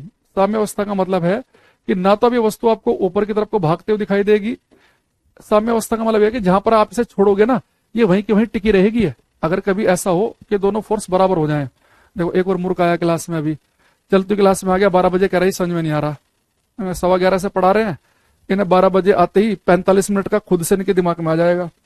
अब बताओ, बस मास्टर सीरियस है खाली, बच्चे सीरियस नहीं है। पहले 12 बजे आके कह रहा है सर जी नमस्कार, कल की क्लास का एक डाउट रह गया है, और फिर कह रहा है मुझे समझ में नहीं आ रहा। पिछले 45 मिनट का बता देते हैं दोबारा से, है ना। ये सब बच्चे बेवकूफ हैं, ये शुरू में आए थे ना 11:15 बजे क्लास में, तो पहले आपको शुरू से बताते हैं यहां से ना, भाई ये बिजी होगा ये बच्चा है ना, तो हम तो खाली हैं बाकी सबके सब, तो इसके पास टाइम नहीं था, तो हमें दोबारा बताना चाहिए। अब ये पहले ये बात करेंगे दोबारा से, फिर ये वाली बात करेंगे, फिर ये करेंगे, है ना, फिर उसके बाद इसके बारे में बात करेंगे, फिर एक क्वेश्चन जो कराया था पीडीएफ से वो करेंगे, फिर आएंगे यहाँ पे, क्योंकि भाई के पास टाइम नहीं है ना, और हम बिल्कुल खाली हैं घर से। बोला शर्म भी नहीं आती इन बच्चों को लिखते हुए, 45 मिनट के बाद आएंगे, अरे समझ में नहीं आया। अब यहां देखना, अब ये अगर बेटा कभी इक्विलिब्रियम बन जाए, इक्विलिब्रियम साम्य अवस्था का मतलब यह है कि जैसे ही दोनों फोर्स, अगर दोनों फोर्स बराबर है, जितना वस्तु का वेट है उतना ही अगर उसके ऊपर ये उत्प्लवन बल भी काम करता हो, तो वस्तु को आप जहां पर भी टिका दोगे वहीं की वहीं टिकी रहेगी, ना तो आपको नीचे की तरफ को आती हुई दिखेगी, है ना तो नीचे की तरफ आते हुए टिकेगी कि वो आके तली पर टिक जाए, ना ऊपर भागते हुए आएगी सरफेस की तरफ को, वो बिल्कुल वहीं की वहीं टिकी रहेगी जहां पे वो सब छोड़ दोगे। तो जब ये अगर किसी केस में ऐसा हो कि जितना वस्तु का वेट है उतना ही उसके ऊपर फ्लूइड उत्प्लावन बल लगाता हो, फिर साम्य अवस्था बन जाएगी, वस्तु वहीं की वहीं टिकी रहेगी। ठीक, अच्छा, अब हमारे पास में इस चीज को हम हटा देते हैं, दोबारा से समझते हैं। मैंने क्या कहा आपसे कि अब कोई वस्तु का जो वेट होता है mg, वो हमेशा नीचे की तरफ काम करता है, किसी वस्तु का भार mg नीचे काम करता है, और वो जिस भी फ्लूइड में जिस भी द्रव में होगी वो ऊपर की तरफ को उत्प्लावन बल लगाएगा। ये हमने दो बातें समझी। तो मैंने कहा कि भाई अब कोई वस्तु का भार नीचे की तरफ काम कर रहा था, उत्प्लावन बल ऊपर की तरफ लग रहा है, तो जितना भी उत्प्लावन बल लगेगा उतना ही किसी वस्तु के भार में कमी आ जाएगी। दूसरा मैंने क्या बताया कि अगर किसी केस में ऐसा हो कि वस्तु बहुत ज्यादा भारी हो, उसका वेट बहुत ज्यादा हो और उसके ऊपर उतना उत्प्लावन बल ना लग रहा हो, लिक्विड उतना पुश ना कर पा रहा हो, तो वस्तु अपने वेट की वजह से नीचे आएगी और जमीन पे आकर टिक जाएगी, मतलब तली पे आकर टिक जाएगी। अगर कभी ऊपर वाला फोर्स बहुत ज्यादा हो, नीचे वाला कम हो, तो जैसे वस्तु को आप छोड़ोगे ना, जैसे पहले वाले केस में छोड़ा वस्तु को, छोड़ते ही उसका वेट ज्यादा है तो नीचे आके टिक गई। दूसरे केस में जैसे आप वस्तु को छोड़ोगे तो ऊपर की तरफ को भाग कर आएगी। तीसरे वाले केस में अगर ये दोनों बराबर हो जाएंगे तो जैसे आपका हाथ हटेगा तो जहां पर वस्तु है बिल्कुल वहीं की वहीं बनी रहेगी वो। ठीक है, तो मैंने क्या बोला आपसे कि भाई पहले केस में अगर मान लो कि कोई वस्तु ऐसे पत्थर लिया आपने, उस पत्थर का वेट बहुत ज्यादा है और उसके ऊपर पानी उतना उत्प्लावन बल नहीं लगा रहा, आपने पत्थर लिया पानी में, जैसे अपना हाथ हटाओगे आप, अगर वस्तु का वेट ज्यादा है तो वस्तु नीचे की तरफ को आएगी, टिक जाएगी। अगर मान लो कभी ऐसा हो कि वस्तु का वेट उतना ज्यादा नहीं है पर उसके ऊपर उत्प्लावन बल बहुत ज्यादा लग रहा है, जैसे खाली प्लास्टिक की बोतल को बंद कर लो पानी की बाल्टी के अंदर आपने दबाया, तो जैसे आप अपना हाथ हटाओगे तो तुरंत वो बोतल ऊपर की तरफ को भाग के क्यों आएगी? क्योंकि खाली बोतल का वेट उतना ज्यादा नहीं होता, कुछ ही तो ग्राम की बोतल होती है, उसका वेट ज्यादा नहीं है, और उसके ऊपर जो ऊपर की तरफ को जो उत्प्लावन बल लग रहा है वो बहुत ज्यादा लग रहा है। तो ऊपर की तरफ को उत्प्लावन बल ज्यादा लग रहा है तो वस्तु ऊपर की तरफ को आ जाएगी। तीसरे वाले केस में अगर ये दोनों बराबर हो तो जैसे आपका हाथ हटेगा तो वस्तु जहां पे थी वहीं की वहीं टिकी रहेगी, ना नीचे की तरफ को आएगी ना ऊपर की तरफ को पुश करेगी। ठीक है, ठीक है सर। बियॉन्ड फोर्स ऑब्जेक्ट जो ऊपर उठा रहा है पर ग्रेविटी अगेंस्ट कैसे हो रहा है? ग्रेविटी अगेंस्ट क्यों नहीं हो सकता? मैंने अब यहां से कोई पत्थर लिया, अब मैं से ऊपर उठाने लग जाऊं, क्या कोई चीज ग्रेविटी के अगेंस्ट नहीं हो सकती क्या? तो अब हमारे पास में ये 3 केस बने। अच्छा, अब थोड़ा थोड़ा सा और न्यूमेरिकल की तरफ को पुश करेंगे इसमें आराम से। ठीक है, अच्छा ये बताओ, जो बच्चे शुरू से क्लास ले रहे हैं वो इस बात को समझ में आई आपके? मैंने कहा कि भाई मेरे हाथ में कोई एक बहुत भारी पत्थर है, मैंने उसे पानी की बाल्टी में अभी ऐसे पकड़ा हुआ है, तो जैसे मैं अपना हाथ हटाऊंगा अगर वो पत्थर नीचे जाके तली पर टिक जाए तो इसका मतलब है कि उस पत्थर का वेट बहुत ज्यादा है। जब पत्थर का वेट ज्यादा होगा उसके ऊपर लगने वाले उत्प्लावन बल से तो पत्थर डूबेगा। अब मैंने खाली प्लास्टिक की बोतल पानी में पकड़ी, तो जैसे मैं अपना हाथ हटाऊंगा तो बोतल ऊपर की तरफ को भागते हुए क्यों दिखेगी? यानी इस बोतल पर जो ऊपर की तरफ को उत्प्लावन बल लग रहा होगा उस बोतल के वेट से ज्यादा होगा। अब मैंने कोई और ऑब्जेक्ट पकड़ा, उससे मैंने पानी के अंदर पकड़ा हुआ, जैसे मैंने अपना हाथ उठाया अगर वो वहीं के वहीं टिका हुआ है, ना ऊपर की तरफ भागता हुआ दिखे ना नीचे की तरफ भागता हुआ दिखे, यानी कि साम्य अवस्था प्राप्त हो जाए, इक्विलिब्रियम प्राप्त हो जाए, तो इसका मतलब है कि दोनों फोर्स कैसे हो गए? बराबर। तो इक्विलिब्रियम के केस में ध्यान रखना कि दोनों क्या होते हैं? बराबर। जैसे अभी इसके मैं कुछ न्यूमेरिकल भी कराऊंगा आपको। अब आते हैं इधर। अब एक चीज समझो, अब पेपर में हमारे से इसमें जो न्यूमेरिकल पूछता है ना, उस न्यूमेरिकल में वस्तु के ऊपर लगने वाला उत्प्लावन बल पूछता है, वस्तु के ऊपर लगने वाला उत्प्लावन बल। अब यहां बड़े ध्यान समझना बहुत सभी बच्चे, अगर पेपर में कहे कि जी उत्प्लावन बल का मान बताइए, है ना, अगर देखो बेटा इक्विलिब्रियम हो, साम्य अवस्था हो, फिर तो ये उत्प्लावन बल निकालना बच्चों का काम है। तो इक्विलिब्रियम के केस में साम्य अवस्था में तो क्या होता है कि उत्प्लावन बल का मान जो होता है वस्तु के भार के बराबर होता है, और वस्तु का भार होता है mg के बराबर। आपको वस्तु बता देगा 20 किलो की है, जी की वैल्यू 9.8 ले लेंगे तो मेरा आंसर आ जाएगा तुरंत सेकंडों में। लेकिन अगर उत्प्लावन बल अगर इक्विलिब्रियम ना हो, अब ये मैं बियॉन्ड फोर्स की वैल्यू कैसे निकालूं? एक बार ये समझ लो, फिर हम सीधे न्यूमेरिकल की तरफ को भागने वाले हैं। ठीक है, इक्विलिब्रियम वाला कोई भी ऐसा, मान लो कोई आपने कोई भी ऑब्जेक्ट लिया ऐसे कुछ, वो जो आपको ना ऊपर की तरफ जाता दिखे ना नीचे की तरफ जाता दिखे, वो इक्विलिब्रियम है ना, साम्य अवस्था है वो। अब आप कहोगे सर अगर साम्य अवस्था है तो उत्प्लावन बल वस्तु के भार के बराबर होता है, भार होता है mg, तो m और g की मल्टीप्लाई करनी है तो उत्प्लावन बल तो तुरंत निकल जाएगा। लेकिन साम्य अवस्था नहीं है, अब उत्प्लावन बल कैसे निकाले? अब समझना ध्यान से, अगर साम्य अवस्था नहीं है तो इस उत्प्लावन बल का मान आप कैसे निकालेंगे? देखो बेटा, उत्प्लावन बल है, बल है फोर्स। अब देखो फोर्स जो होता है, अब इसकी वैल्यू हमें निकालनी है, तो इसका फॉर्मूला याद रखेंगे। जो उत्प्लावन बल लगेगा इसके बेटा हमारे पास एक फॉर्मूला है छोटा सा, डी वी जी, यानी अगर साम्य अवस्था नहीं है तो जो उत्प्लावन बल की वैल्यू आएगी वो आएगी डी वी जी के बराबर। अब यहां पे देखो जो स्मॉल डी लिखा मैंने, ये स्मॉल डी क्या है? देखो उत्प्लावन बल बेटा कौन लगाता है? फ्लूइड लगाता है ना, पानी या गैस। तो यहां पे डी जो है डेंसिटी है फ्लूइड की, डेंसिटी ऑफ फ्लूइड, द्रव का घनत्व। और ये वी क्या है बेटा? उत्प्लावन बल किसके बराबर बताया था मैंने आपको थोड़ी देर पहले, कि जितना वस्तु पानी को हटाएगी उसके भार के बराबर होता है उत्प्लावन बल। यानी यहाँ पे जो बेटा वी जो वॉल्यूम है ना, तो जितना ये कोई वस्तु पानी में जाएगी तो वस्तु जितना पानी को हटाएगी उस हटाए गए पानी का वॉल्यूम है ये। अरे वस्तु पूर्ण रूप से डूब जाएगी तो हटाए गए पानी का वॉल्यूम इसके ही वॉल्यूम के बराबर हो जाएगा। तो पेपर में आपको मिल जाएगा, अभी हम क्वेश्चन करेंगे समझ जाओगे आप। तो वी का मतलब यहां पर वॉल्यूम ऑफ डिस्प्लेस्ड फ्लूइड, हटाए गए वॉल्यूम ऑफ डिस्प्लेस्ड फ्लूइड, हटाए गए द्रव का आयतन, हटाए गए द्रव का आयतन। और जी जो ग्रेविटी की वैल्यू है वो 9.8, या आप 10 भी ले सकते हैं। अब देखो, अब अगले 2-3 मिनट बिल्कुल ध्यान सुनना, एक हाथ में पेन लेके 2 चीज लिख लेना। अगर पेपर में कभी हमारे से उत्प्लावन बल का मान पूछे कि कितना उत्प्लावन बल लग रहा है ये वस्तु के ऊपर जो पानी के अंदर है, या ये वस्तु किसी तेल में है, इसके ऊपर कितना उत्प्लावन बल लग रहा है, अगर साम्य अवस्था दिखाई दे, इक्विलिब्रियम शब्द दिखाई दे, तो वहां पे तो हम 1 सेकंड में निकाल लेंगे कि जितना उत्प्लावन बल लगेगा वस्तु के भार के बराबर होगा, और mg से हमारा आंसर आ जाएगा। ये तो आ जाएगा चुटकियों में। लेकिन अगर वस्तु पानी के अंदर साम्यावस्था नहीं है, पानी के अंदर डूब रही है, आधी डूब रही है, पूरी डूब रही है, कुछ भी अगर ऐसा केस आ रहा है, साम्यावस्था नहीं है, तो उस केस में हम क्या लिख लेंगे, तुरंत हम बिना कुछ सोचे समझे पहले लिख लेंगे डीवीजी। अब सोचेंगे डी क्या है, वी क्या है, जी क्या है, बाद में देखेंगे। तो पहले हम चुपचाप क्या लिख लेंगे, डीवीजी लिख लेंगे। तो जी हमें पता है 9.8 यूज करना है, या अगर पेपर में कहेगा 10 यूज कर लो तो 10 यूज कर लेना। अब यहाँ पे डी भी आपको साफ साफ देगा कि भाई उत्प्लावन बल कौन लगाता है, फ्लूइड लगाता है, तो फ्लूइड की डेंसिटी यूज करनी है, तो फ्लूइड की डेंसिटी आ गई, लिख लिया साहब। वी क्या है, वॉल्यूम, जो पानी हटा उसका वॉल्यूम। तो अगर वस्तु पूर्ण रूप से डूब रही है तो जो वस्तु का वॉल्यूम है वो हटाए गए द्रव का वॉल्यूम भी होगा, तो वी की वैल्यू भी पुट कर लेंगे। अब ऐसे पता नहीं चलेगा, 2-4 क्वेश्चन करके देख लो तो आपको धीरे धीरे हवा आने लग जाएगी। थोड़ा सा इसमें टाइम से लगता है, थोड़ा कंफ्यूज तो करता है। देखो ये टॉपिक ना, ये तो खैर इसमें आपकी कोई गलती नहीं है। मैं ये नहीं कह रहा कि पहली बार में आपको एकदम खतरनाक आ जाएगा। कौन से वाला है यार, इसमें देखना पड़ेगा एक बार। तो पीडीएफ को ढूंढना बड़ा मुश्किल काम है। इसके क्वेश्चन करते रहो धीरे धीरे एकदम।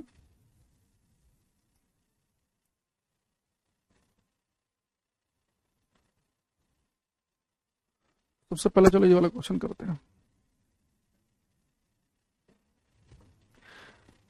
ये कह रहा है, a body of mass 2 kg and density 8000 kilogram per metre cube is completely immerse in a fluid of density 800 kilogram per metre cube, find the force of buoyancy on it. द्रव्यमान 2 किलोग्राम और घनत्व 8000 kilogram per metre cube का एक पिंड 800 kilogram per metre cube घनत्व के तल में पूरी तरह से डूबा हुआ है, उस पर उत्प्लावकता बल ज्ञात कीजिए। क्वेश्चन को 2 बार पढ़ो और फिर देखो कि उत्प्लावन बल का जो मैंने फॉर्मूला बताया उस फॉर्मूले से हम कैसे कैसे क्वेश्चन कर सकते हैं। जी की वैल्यू आप 10 ले लेना ताकि थोड़ी सी कैलकुलेशन आसान हो जाए।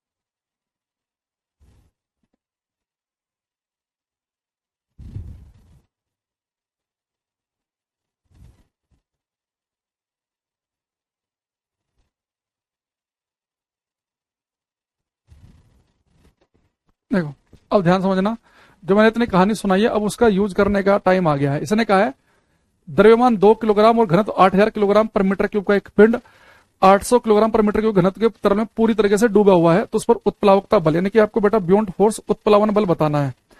अब देखो ये जो है उत्प्लावन बल का मान बताना है। अब वस्तु तो पूर्ण रूप से डूबी हुई है, पूर्ण रूप से वस्तु डूबी हुई है, इसके ऊपर आपको उत्प्लावन बल की वैल्यू बतानी है। अब यहाँ वस्तु बेटा इक्विलिब्रियम तो है नहीं कि तैर तो रही नहीं है ना, यहाँ पे वस्तु क्या है, डूबी हुई है।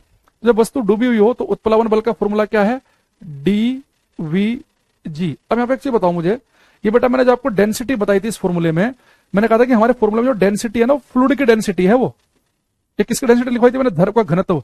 अब यहाँ पे जो बेटा आपको 8000 किलोग्राम डेंसिटी दे रखी है ना, ये तो वस्तु की डेंसिटी दे रखी है। तो उत्प्लावन बल के फॉर्मूले में जो डेंसिटी होती है वो किसकी होती है, वो वस्तु की डेंसिटी नहीं, फ्लूइड की डेंसिटी है। और फ्लूइड की डेंसिटी कितनी दे रखी है, लिक्विड की डेंसिटी दे रखी है 800 किलोग्राम पर मीटर क्यूब। यानी जिस फ्लूइड में डूबा हुआ है उस फ्लूइड की डेंसिटी चाहिए मुझे, वो कितनी है, 800 किलोग्राम पर मीटर क्यूब। जी की वैल्यू मैंने आपसे कहा कि 10 यूज कर लेना। तो आप कहोगे सर जिस फ्लूइड में डूबा हुआ है उसका घनत्व मेरे पास में है, जी का मान भी मेरे पास में, अब मुझे चाहिए वी। तो वी क्या होता है कि वस्तु जितना पानी हटाएगी उस पानी का वॉल्यूम। अब यहाँ पे एक चीज देखो, वस्तु पूर्ण रूप से पानी में डूबी हुई है, अगर वस्तु पूर्ण रूप से पानी में डूबी हुई हो तो बेटा जो ऑब्जेक्ट का वॉल्यूम होगा, जितना भी ऑब्जेक्ट का वॉल्यूम होगा वही वॉल्यूम किसका होगा, डिस्प्लेस्ड फ्लूइड का भी होगा, डिस्प्लेस्ड फ्लूइड का भी तो वही वॉल्यूम होगा। आपको मैंने बताया अगर कोई वस्तु, यहां पे देखो मैंने आपको लिखवा रखा है साफ साफ, अगर कोई वस्तु पूर्ण रूप से डूब जाए तो जो भी इस वस्तु का आयतन होगा वही आयतन इसके द्वारा हटाए गए पानी का भी आयतन होगा। अब यहाँ पे वी क्या है, हटाए गए पानी का आयतन। तो हटाए गए पानी का आयतन मैं कैसे निकालूंगा, वस्तु का आयतन निकाल लो। अच्छा वस्तु का आयतन कैसे निकाल सकते हैं, वस्तु का बेटा आपको ऑब्जेक्ट का मास दे रखा है, इस ऑब्जेक्ट का मास कितना दिया हुआ है आपको 2 किलोग्राम। इस ऑब्जेक्ट की डेंसिटी भी दे रखी है आपको, ऑब्जेक्ट की डेंसिटी दे रखी है 8000 किलोग्राम पर मीटर क्यूब। अब देखो ऑब्जेक्ट का मास भी है, ऑब्जेक्ट की डेंसिटी भी, तो वॉल्यूम नहीं निकाल सकते हम, हमने एक फॉर्मूला पढ़ रखा है क्लास में, डेंसिटी क्या होती है मास अपॉन वॉल्यूम। तो ऑब्जेक्ट का वॉल्यूम निकालेंगे तो मास अपॉन डेंसिटी से निकाल लो, तो मास कितना है 2, डेंसिटी कितनी है 8000, तो सोल्व करेंगे तो वॉल्यूम आ जाएगा इसका 1/4000 मीटर क्यूब, ये आ गया। अब देखो जो ऑब्जेक्ट का वॉल्यूम है भाई, ऑब्जेक्ट का मास और ऑब्जेक्ट की डेंसिटी उसने दे ही से रखी है, वस्तु का द्रव्यमान और वस्तु का घनत्व इसलिए दे रखा है उसने कि वस्तु का द्रव्यमान और वस्तु घनत्व देंगे तो वस्तु का आयतन निकल जाएगा। अब वस्तु का आयतन निकल गया, जब वस्तु पूर्ण रूप से डूबी हुई होती है तो जो वस्तु का आयतन होता है अपने ही आयतन के बराबर तो पानी को हटाती है वो, बस मेरा काम हो गया, यहां पर रख दो। तो यहां पे बेटा जो v की वैल्यू है, हटाए गए पानी का जो आयतन है वो 1/4000 आ गया।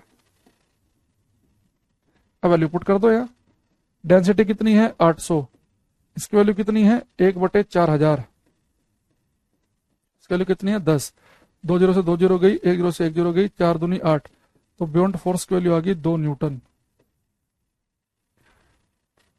कुछ बच्चों मेरे पास है गणपति का 20 गलत है, बादल का 20 गलत है, रवि का 2 सही है, 16 × 10⁴ महागलत है, ये किस बच्चे का है 2-3 बच्चों का है। देखो यहाँ पे एक बात समझो, जब भी आपको उत्प्लावन बल निकालना है, बस जैसे आपने देखा कि मुझे भाई फोर्स ऑफ बियॉन्ड से उत्प्लावन बल निकालना है, तो क्वेश्चन को बाद में पढ़ो। आप देखो वस्तु बेटा यहाँ पे फ्लोट तो कर नहीं रही, कि साम्य अवस्था तो है नहीं कि फ्लोट कर रही है वो, तो यहाँ पे वस्तु क्या डूबी हुई है। तो वस्तु डूबी हुई है तो मैंने आपसे क्या कहा कि आप सीधा फॉर्मूला उतार लो, ये बियॉन्ड फोर्स का फॉर्मूला होता है डीवीजी। पर यहाँ पे ध्यान रखना, हमारे उत्प्लावन बल के फॉर्मूले में जो डेंसिटी है वो वस्तु की डेंसिटी नहीं फ्लूइड की डेंसिटी है, क्योंकि उत्प्लावन बल कौन लगाता है फ्लूइड लगाता है, तो फ्लूइड की डेंसिटी, अगर फ्लूइड ज्यादा डेंस होगा तो ज्यादा उत्प्लावन बल लगाएगा, कम डेंस होगा तो कम लगाएगा। तो यहाँ पे जो बेटा डेंसिटी है फ्लूइड की डेंसिटी है। आपको कहोगे सर ये तो हमें साफ साफ दे रखी है, ये तो दे रखा है कि जो द्रव है जिसके अंदर ये डूबा हुआ है उसकी density 800 kilogram per metre cube, कोई समस्या नहीं है। जी की वैल्यू मैंने आपसे कहा कि 10 यूज कर लो, या पेपर में 9.8 कहेगा तो 9.8 कर लेना। अब थोड़ा सा पंगा आता है इस v का निकालने का, वॉल्यूम का। तो हमें पता है कि जब कोई वस्तु पूर्ण रूप से डूबी हुई होती है तो जो भी उस वस्तु का आयतन होगा वो अपने आयतन के बराबर पानी को हटा देगी, तो वस्तु का आयतन नहीं निकाल सकते हम। अगर मुझे वस्तु का द्रव्यमान मास भी पता हो, वस्तु का घनत्व भी पता हो, तो वस्तु का आयतन निकल जाएगा। तो वस्तु का जितना भी आयतन आएगा तो जो वस्तु का आयतन है उतना ही पानी को डिस्प्लेस करेगी। तो मेरे पास आ गया, उसकी वैल्यू आ गई 1/4000। सोल्व करने के बाद में आंसर आ गया। आई होप कि हल्का हल्का सा आपका दिमाग थोड़ा सा काम किया होगा, मैं ये नहीं कह रहा कि पूरा करा होगा, और हल्की फुल्की कुछ फील आपको आई होगी।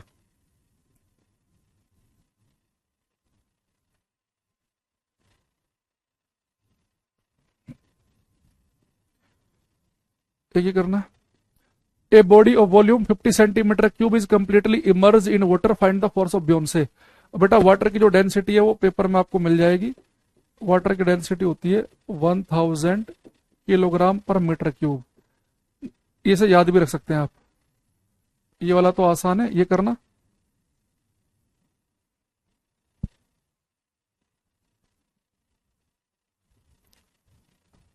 ये क्या लिख रहा है चाहिए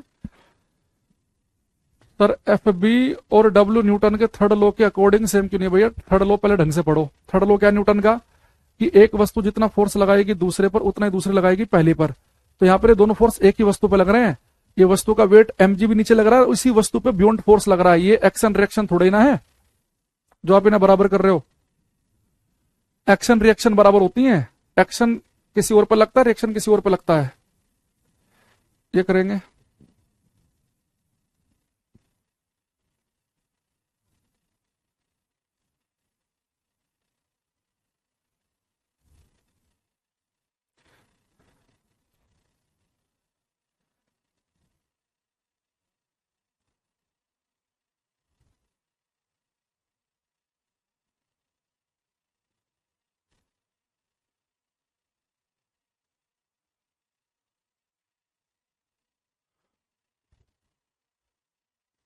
ऐसा लिखा है, a body of volume 50 centimetre cube is completely immerse in water, find the force of beyond से। देखो वस्तु डूब रही है पानी में, बियॉन्ड फोर्स जब भी पूछेगा हम क्या करेंगे, सारी चीज छोड़कर सबसे पहले हम क्या करेंगे, फॉर्मूला लिख लेंगे। बियॉन्ड फोर्स का फॉर्मूला क्या होता है, डी वी जी, और यहाँ पे डी क्या होता है, फ्लूइड की डेंसिटी जिसके अंदर वो डूब रहा है। तो फ्लूइड की डेंसिटी तो आपको दे रखी है, पानी के अंदर डूब रहा है, तो फ्लूइड की डेंसिटी कितनी दे रखी है 1000 किलोग्राम पर मीटर क्यूब। जी के लिए हम न्यूमेरिकल में 10 ले लेते हैं ताकि हमारी कैलकुलेशन आसान रहे, 10 मीटर पर सेकंड स्क्वायर। अब हमें चाहिए वी। अब मुझे बताओ, जब कोई वस्तु पानी में पूर्ण रूप से डूब रही है तो जो ऑब्जेक्ट का जो वॉल्यूम होगा, जो भी ऑब्जेक्ट का वॉल्यूम होगा, तो अपने वही हटाए गए पानी का वॉल्यूम होगा, डिस्प्लेस्ड वाटर का भी उतना ही वॉल्यूम होगा, है ना। तो ऑब्जेक्ट का वॉल्यूम कितना है भाई 50 सेंटीमीटर क्यूब। तो न्यूमेरिकल में हमें ध्यान रखना है कि न्यूमेरिकल में हम यूज करते हैं एसआई यूनिट। तो यहां तो सेंटीमीटर लिखा है तो इसका मीटर बना लो। तो सेंटीमीटर को मीटर बदलने के लिए 10 की पावर -2 की मल्टीप्लाई करते हैं हम। ये सेंटीमीटर का क्यूब है तो यहां पर भी क्यूब कर देंगे, तो 50 गुणा 10 की पावर -6 मीटर क्यूब हो जाएगा, है ना।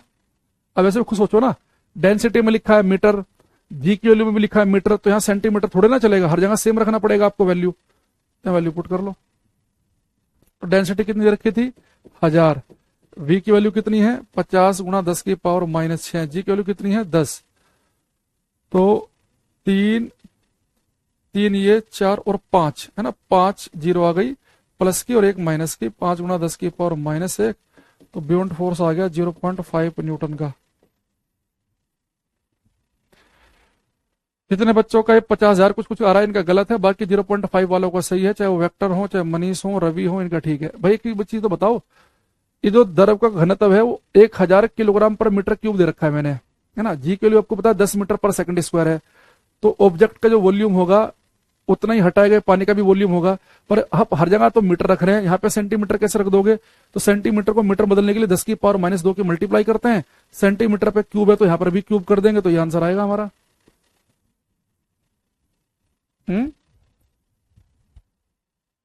0.5।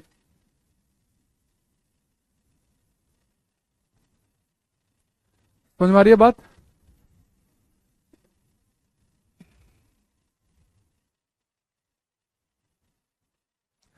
एक क्वेश्चन जो है मैं आपको घर से करने के लिए दे रहा हूं। ये कह रहा है कि एक मेटालिक स्पेयर है, इसकी रेडियस है 2 सेंटीमीटर, ये कंप्लीटली पानी में डूब गई है, तो आपको इस पर फोर्स ऑफ ब्योन से चाहिए। तो पानी में डूब गई है तो पानी की डेंसिटी आपको दी गई है,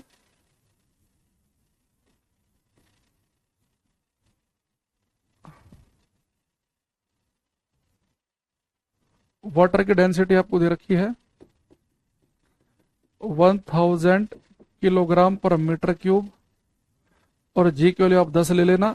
ये क्वेश्चन करके लेके आना, ये आपका होमवर्क है ये, ठीक है। ध्यान में बस इसी बात का रखना है, जब भी कोई वस्तु पानी में डूब रही है आपको उत्प्लावन बल निकालना है डीवीजी, लेकिन उसमें डी वस्तु की डेंसिटी नहीं है, फ्लूइड की डेंसिटी है। जी भी आपको सारा पंगा होगा वी निकालने का, वॉल्यूम। तो पिछले वाले क्वेश्चन में तो वॉल्यूम डायरेक्ट दे रखा था कि वस्तु का वॉल्यूम 50 सेंटीमीटर क्यूब, तो पानी का भी वॉल्यूम जो हटेगा उसका 50 सेंटीमीटर क्यूब होगा, उसे मीटर में बदलना था केवल। इससे पहले वाले में वस्तु का मास और डेंसिटी दे रखी थी, तो वहां से हमने उसका वॉल्यूम निकाल लिया था। इस वाले केस में आपने सोचना कि वॉल्यूम कैसे निकालेंगे वस्तु का, वस्तु पूर्ण रूप से डूबी गई है तो वही वॉल्यूम उसका भी होगा, है ना। ये कल आपसे डिस्कस करेंगे हम, नेक्स्ट क्लास में करेंगे, है ना। और एक भाई टाइम से आया करो क्लास में, जो बच्चा टाइम से क्लास में नहीं आए तो उनसे मेरा विशेष अनुरोध है, चलती हुई क्लास में ये बात मत लिखा करो कि समझ में नहीं आ रहा, है ना यार। मतलब आप लोग हम बता रहे हैं 5-5 बार और तुम आके पौन घंटे के बाद लिख देते हो जी समझ में नहीं आ रहा, है ना। तो ये बहुत गलत तरीका है, आपको खुद इतना दिमाग लगाना चाहिए कि यार हम इस कमेंट को किस अधिकार के साथ लिख रहे हैं। वो बच्चा फिर सॉरी बोल रहा बाद में, मतलब उसने लिखा ही क्यों पहले। तो आप यार ग्रेजुएट हो, समझदार हो, 12 तो करी रखी होगी कम से कम, बिल्कुल अनपढ़ तो नहीं हो। मतलब सोच भी नहीं रहा बच्चा कि 11:15 वाली क्लास में 12 बजे आ रहा है, कह रहा समझ में नहीं आ रहा, मैं लेट हो गया हूं। एक्सक्यूज देख रहे हो क्या है कि जी मैं लेट हो गया हूं। तो ऐसा नहीं करना, तो इससे पढ़ के आएंगे अगली क्लास में, जितना बढ़िया से पढ़ के आओगे अगली क्लास में क्वेश्चन करने में और उतना मजा आएगा, ठीक है। और बढ़िया बढ़िया इसमें हम कोशिश करेंगे करने की। तो आज के लिए हम इतना ही रखते हैं, बाकी नेक्स्ट क्लास में मिलेंगे, टाइम बचा भी नहीं है वैसे भी, है ना।